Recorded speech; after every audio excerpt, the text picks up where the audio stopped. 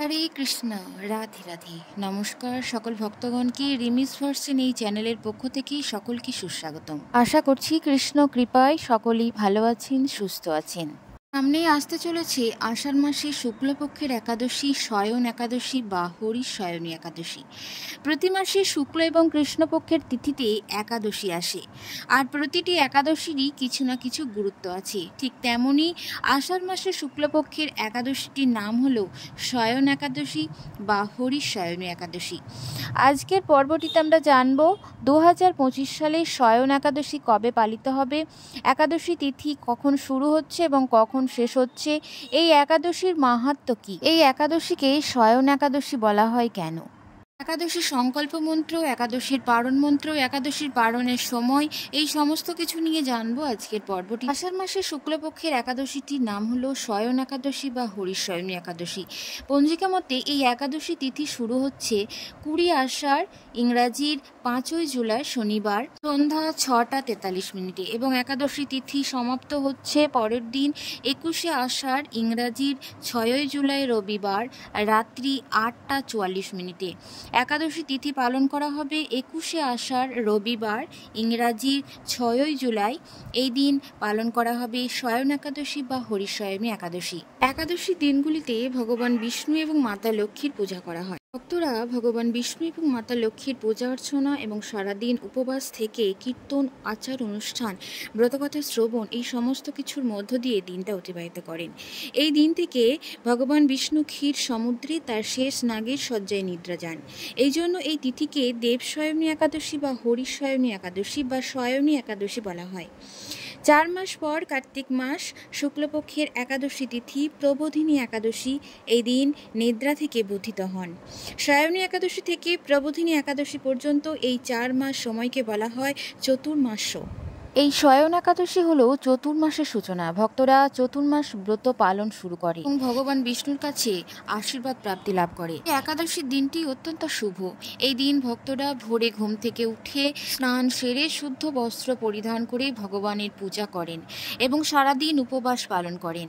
এই দিন ভগবান সহস্র নাম, অষ্টোত্তর নাম এবং সহস্র নামাবলী, গীতা পাঠ, রামায়ণ মহাভারত পাঠ এবং পবিত্র কোনো গ্রন্থ পাঠ, হরিনাম সংকীর্তনের মধ্য দিয়ে দিনটা অতিবাহিত করেন এবং পূজা অর্চনা শেষে একটি ভগবানের উদ্দেশ্যে প্রদীপ প্রজ্বলন করে ব্রতকথা শ্রবণ করেন।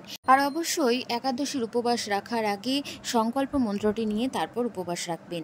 সংকল্প মন্ত্রটি হলো একাদশং নিরাহার স্থিতা অহম অপরেহ হন ভক্ষ্যামি পুণ্ডরিকাক্ষং শরণং মে ভবাচ্যুত। অর্থাৎ, হে পুণ্ডরিকাক্ষ, হে অচ্যুত, আমি একাদশীর দিন উপবাসপূর্বক এই ব্রত পালন করার জন্য আপনার শরণাপন্ন হচ্ছি। এই সংকল্প মন্ত্র নেওয়ার পর তারপর উপবাস রাখবেন।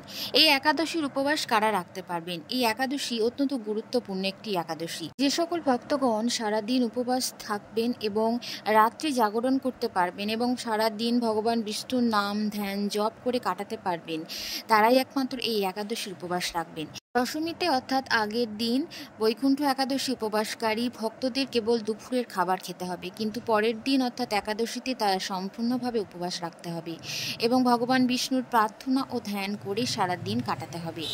সেই দিন কঠোরভাবে পালন করতে হবে এবং ভাত খাওয়া নিষিদ্ধ। সেই রাত্রিতে ভক্তদের সারা রাত্রি জাগরণ করে ভগবান বিষ্ণুর নাম ধ্যান করতে হবে এবং পরের দিন পারণের সময় মতো পারণ মন্ত্রটি উচ্চারণ করে পারণ ভঙ্গ করতে হবে। এই শয়ন একাদশীর পারণ পড়েছে এবছর 22 আষাঢ় ইংরাজি 7ই জুলাই 2025 সোমবার সকাল 9টা 29 মধ্যে এই শয়ন একাদশীর পারণ ভঙ্গ করতে হবে। অবশ্যই একাদশীর পারণ মন্ত্রটি উচ্চারণ করতে হবে। একাদশং নিরাহার ও ব্রতে নানেন কেশব প্রসিদ্ধ সমুখ নাথ ও জ্ঞান দৃষ্টিপ্রদ ভব। একাদশীর মাহাত্ম্য প্রথমে ভগবান ব্রহ্মা তার পুত্র নারদকে এবং পরে ভগবান কৃষ্ণ পাণ্ডবদের জ্যেষ্ঠ রাজা যুধিষ্ঠিরকে বর্ণনা করেছিল। এই শয়ন একাদশী হল সবচেয়ে গুরুত্বপূর্ণ একাদশীর ব্রত।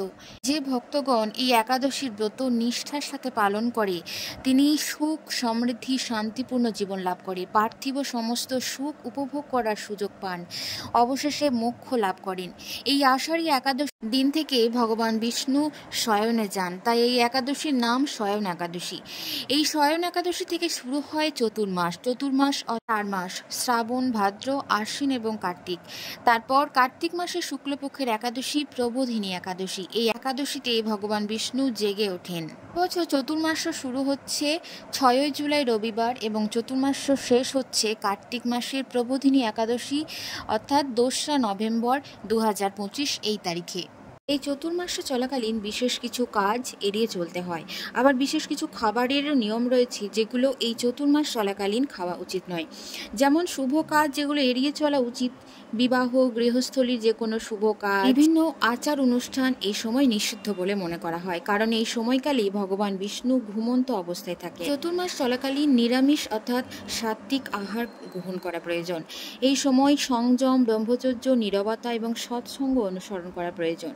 এই সময়কালে কেউ যদি খাদ্য, প্রদীপ এবং কাপড় দান করে এবং দরিদ্রদের সেবা করে তাহলে এই ব্যক্তি চিরন্তন পূর্ণ অর্জন করে এবং ভগবান বিষ্ণু খুবই খুশি হন।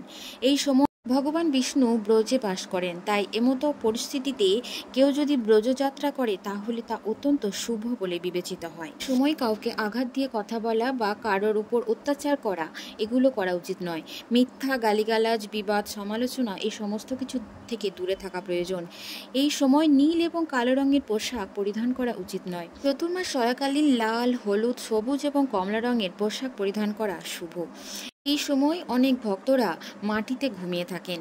এটিকে নম্রতা এবং তপস্যার প্রতীক হিসেবে বিবেচনা করা হয়। এটি আত্মবিশ্লেষণ এবং আত্মনিয়ন্ত্রণের সময়, তাই মন, কথা এবং আচরণের ওপর নিয়ন্ত্রণ রাখা অত্যন্ত গুরুত্বপূর্ণ।